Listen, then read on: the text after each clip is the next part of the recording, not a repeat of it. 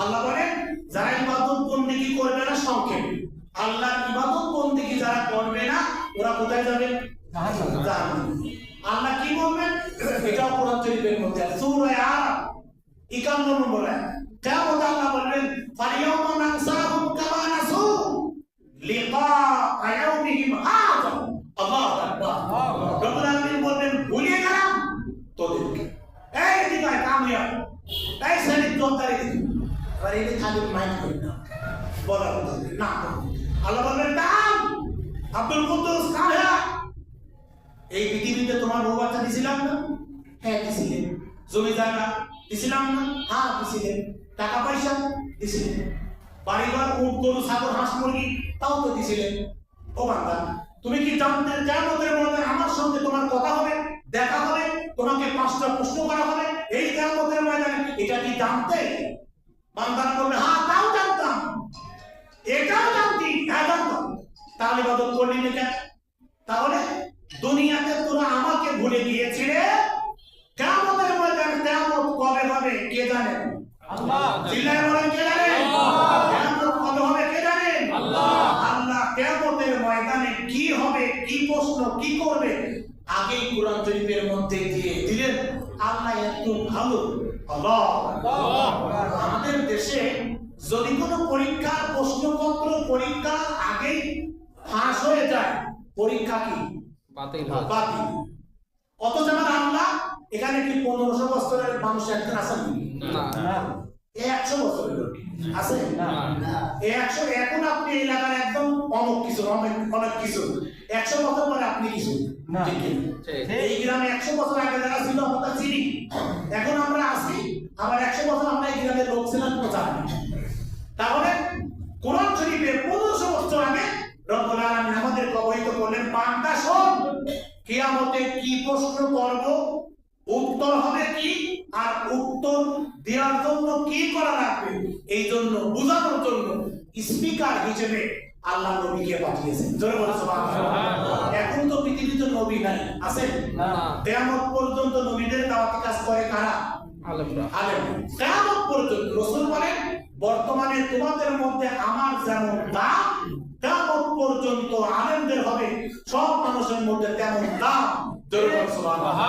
দামের জায়গায় আমরা শেষ পর্যন্ত ফাঁসির মঞ্চে ঝুলিয়ে আমৃত্যু কারাদণ্ড দিয়ে আবার দেশ থেকে বহিষ্কার করি। জোরে বলো সুবহানাল্লাহ। এই সুবহানাল্লাহ বলেছে আউযুবিল্লাহ। কোরআনের পক্ষে যারা কথা বলে তাদেরকে দেশ থেকে বহিষ্কার করা হয়েছে। মিজানুর রহমান আজারি গুনায় বংশন না, টেন্ডারবাজ না, সন্ত্রাস। আমি রমজান 395 দিন কেন জেল খাটলো কোরআন শরীফের কথা বলে। আল্লামা দেলোয়ার হোসেন সাঈদী এটা বাংলাদেশের প্রাউড নয়, বাংলাদেশের গর্ব নয়, গোটা দুনিয়া, বিশেষ করে গোটা দুনিয়ার সমস্ত মুফাসসিরদের উস্তাদ, মডেল, আইকন, বক্তব্য জগতে তিনি হলেন আল্লামা দেলোয়ার হোসেন সাঈদী। ঠিক কিনা? ঠিক। তারেও কারারুদ্ধ করা হয়েছে। উনি বলেন তিনি 20,000 মানুষের কি করেছেন। সম্মানিত উপস্থিতি, আমি আপনাদের খেদমতে আরজ করতে চাই কাবা ঘর জন্মের পরে পর্যন্ত 3 জন মানুষের গায়বানা জানাজা হয়েছে। কাবা ঘরের মধ্যে বাংলাদেশের 2 জন মানুষ প্রবেশ করেছেন।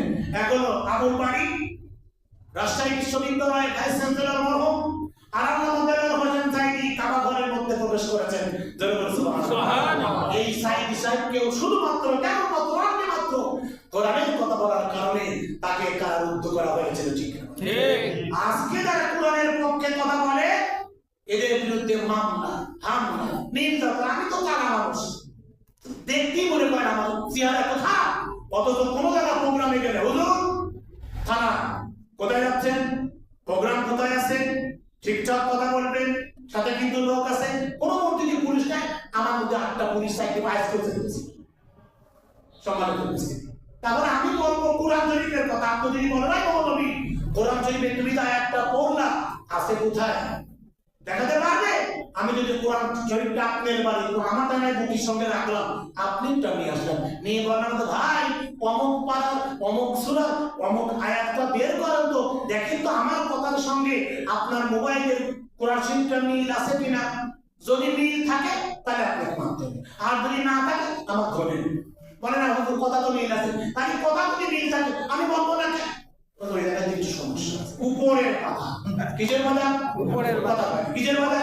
আমি বলি মহানায়ক শরীফ, উপরের মাথা আপনার উপরওয়ালা কয় তলায় থাকে? 5 তলায়, 3 তলায়, 7 তলায়, 10 তলায়, অথবা 100 তলায়? বাংলাদেশ আছে না? এই তলায় থাকে। আপনার উপরওয়ালার ভয়ে আপনি আমাকে কমেন্ট করেন, এই কথাগুলো বলা যাবে না। আমি যে উপরওয়ালার কথা বলি, সব উপরওয়ালার মহা উপরওয়ালা তিনি কে? আল্লাহ। ভয় পাওয়া যাবে না। নিউজিল্যান্ডের একজন কমান্ডার বলেছেন মুসলমানদের সঙ্গে যুদ্ধ করে জয় হওয়া সম্ভব নয়। তার একজন সোলজার বলে, বাট হয় কেন? বলে আমরা বন্দুকের আগায়, বন্দুকের নলায়, তরবারির আগায়, কামানের গুলাতে, পারমাণবিকের আঘাতে আমরা দেখি মৃত্যু, ইমানদার মুসলমানেরা দেখে আল্লাহর জান্নাত। জোরে বলে সুবহানাল্লাহ। যারা ইমানদার তারা মরে কিন্তু নরে না। হাসতে হাসতে জীবন দিতে কি প্রস্তুত? সম্মানিত উপস্থিতি, তাহলে সূরা বাকারা 7 নম্বর আয়াতের মধ্যে আল্লাহ আমাদেরকে জানিয়ে দিলেন একদল মানুষ কোরআন প্রতিষ্ঠার জন্য জীবন দেবে, আর একদল মানুষ কোরআন প্রতিষ্ঠা না হওয়ার জন্য কি জীবন দেবে। এই দুই প্রকার মানুষ আমাদের দেশে আছে না নাই? একদল মানুষ কোরআনের পক্ষে কথা বলে, আর একদল মানুষ কোরআনের বিপক্ষে কথা বলে। এরাও মানব সন্তান, ওরাও কি মানব সন্তান। যারা কোরআনের বিপক্ষে কথা বলে তাদের দলিলটা হলো সূরাতুল বাকারা 7 নম্বর আয়াত। এদের সঙ্গে এদের মিল আছে, কোরআন তাদের জ্বালা ধরে। সম্মানিত উপস্থিতি, সূরাতুল বাকারা কোরআন শরীফের আমি সূরা বাকারা পড়তে গিয়ে দেখেছি 1 থেকে 20 নম্বর আয়াতের মধ্যে আল্লাহ তাআলা 3 জাতির কথা বলেছেন। এক, প্রথমে বলেছেন ঈমানদারদের কথা, তারপরে বলেছেন কাফিরদের কথা, তৃতীয় দফায় বলেছেন মুনাফিকদের কথা। কিসের কথা? মুনাফিক। আমাদের দেশে মুনাফিক মনে হয় নাই? আছে। আছে। সম্মানিত উপস্থিতি, এই মুনাফিকের আয়াত রব্বুল আলামিন মুনাফিক কাকে বলে জানেন? সূরাতুল বাকারা 8 নম্বর আয়াত, ওয়া মিনান নাসি মান ইয়াকুলু আমান্না বিল্লাহি ওয়া বিল ইয়াউমিল আখির ওয়া মা হুম বিমুমিনিন। আল্লাহু আকবার। সূরা বাকারার 8 নম্বর আয়াতের মধ্যে আল্লাহ বলেন এই পৃথিবীতে মানুষদের মধ্যে এক প্রকার মানুষ রয়েছে যারা আল্লাহ ও পরকালে বিশ্বাস করে না, তারা বিশ্বাসী নয়, তারা মুমিন নয়। এখন মুনাফিক কারা? 10টা মুনাফিক একটু মিলায় নেন তো। মুনাফিক হলো তারা যাদের মধ্যে নিফাক আছে। কি আছে? এক কথা বলেন, নিফাক।